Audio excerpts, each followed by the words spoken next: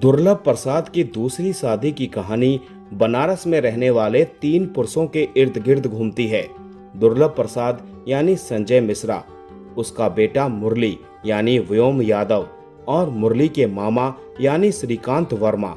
दुर्लभ प्रसाद की पत्नी का कई साल पहले निधन हो चुका है, जबकि मामा के मांगलिक होने के कारण अब तक उनका विवाह नहीं हो पाया है।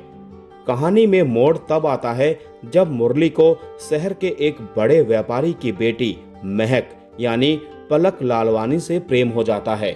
महक के पिता और परिवार मुरली के सामने एक अजीब सी शर्त रख देते हैं। वो अपनी बेटी की शादी ऐसे परिवार में नहीं करेंगे जहां कोई महिला सदस्य ना हो। घर में कम से कम एक महिला का होना बेहद जरूरी है।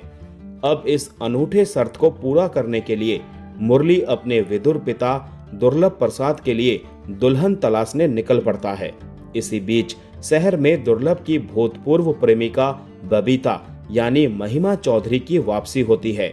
बरसों पहले दुर्लभ के पिता के विरोध के कारण दोनों की शादी नहीं हो पाई थी और बबीता विदेश चली गई थी।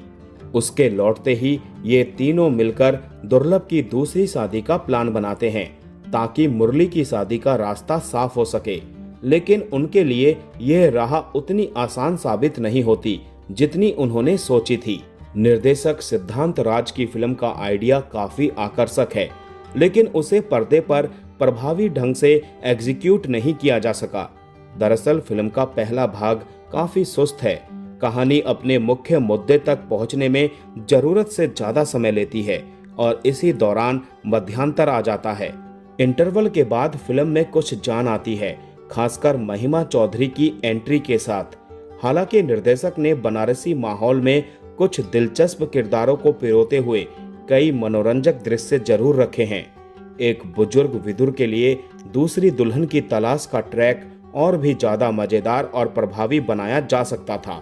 इसके बावजूद सिद्धांत राज ने अपने किरदारों के माध्यम से छोटे शहरों की सोच, पारिवारिक दबाव, बिछड़े प्रेमियों का दोबारा मिलना और महिलाओं को उनके बाहरी रहन सहन के आधार पर जज किए जाने जैसे अहम मुद्दों को छूने की कोशिश की है। फिल्म का एक मजबूत संदेश ये है कि अगर कोई महिला अकेली रहती है तो इसका मतलब ये नहीं कि उसका चरित्र संदिग्ध है।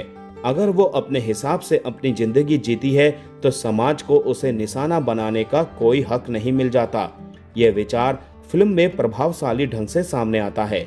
हालांकि कई जगहों पर कहानी सुविधाजनक ट्विस्ट का सहारा लेती नजर आती है। क्लाइमैक्स को और ज्यादा दमदार बनाया जा सकता था। अनिल सिंह की सिनेमैटोग्राफी एक बार फिर बनारस की खूबसूरती को बहुत ही खूबसूरती से उभारती है। वहीं फिल्म के गीत संगीत पक्ष पर अपेक्षाकृत कम ध्यान दिया गया है। अभिनय के मामले में फिल्म सशक्त है। संजय मिश्रा उन अदाकारों में से हैं जो परकाया प्रवेश करना बहुत अच्छे से जानते हैं।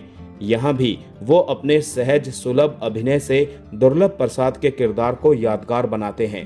बबीता की भूमिका में महिमा चौधरी ताजगी लाती हैं। इंडिपेंडेंट महिला को उन्होंने बहुत ही खूबसूरती और मजबूती से जिया है। संजय मिश्रा और महिमा चौधरी की केमिस्ट्री फिल्म का प्लस पॉइंट है दोस्तों। नवोदित कलाकारों में व्योम यादव प्रभाव छोड़ते हैं और आत्मविश्वास के साथ अपनी भूमिका निभाते हैं।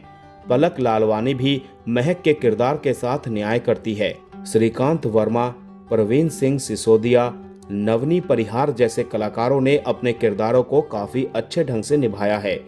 रोमांटिक कॉमेडी मूवीज के अगर आप शौकीन हैं दोस्तों तो एक बार ये फिल्म देखना तो बनता है।